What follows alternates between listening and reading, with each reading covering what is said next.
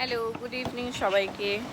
তো আজকে তো গারো সংক্রান্তি। সন্ধেবেলা কাদের কাদের বাড়িতে ঘট বসানো হয় আর এরকম 21টা প্রদীপ জ্বালানো হয়। তো আমাদের বাড়িতে যে মা ঘট বসিয়েছে, তো ডালাতে এসব অনেক কিছু হলুদ বাটা, নিম পাতা বাটা, তেঁতুল অনেক কিছু দিতে হয়। তো এই যে আমি প্রদীপ ধরিয়ে এখন বাড়ির চারপাশে দিয়ে দিব।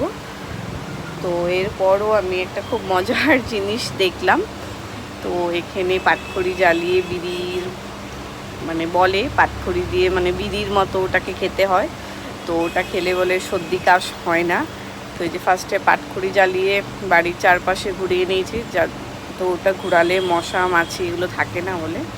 তো জানি না কতটা সত্যি। তো এই যে এখন এটা ঘুরিয়ে এখন দেখবা সবাই বিড়ি খাবে। তো এটা খুব মজার ছিল। এই যে আমাদের ফুচকাটাও খাচ্ছিল, সর্দি কাশ হবে না বলে। আমার জেঠি শাশুড়িও খেলো।